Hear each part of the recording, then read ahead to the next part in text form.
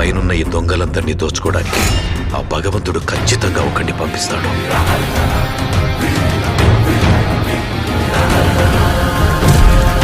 ఈ 100 రాజ్యాలు ఆ ఖడ్గానికి తల వంచి బానిసలైతే, ఓ ఖడ్గం శాసిస్తే కొన్ని 100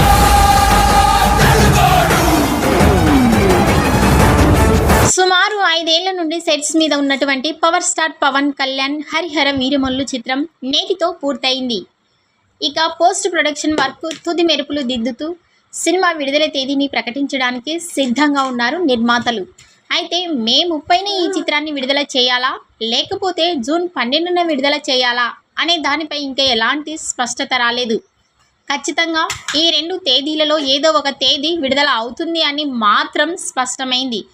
అయితే ఈ రెండింటిలో ఏ తేదీ విడుదల చేయాలి అనేది అమెజాన్ ప్రైమ్ చేతిలో ఉంది.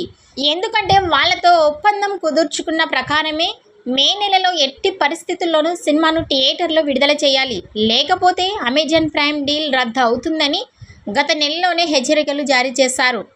ఈ అంశంపై చర్చించేందుకు నిర్మాత ఏఎం రత్నం రేపు ముంబైకి వెళ్ళబోతున్నారు.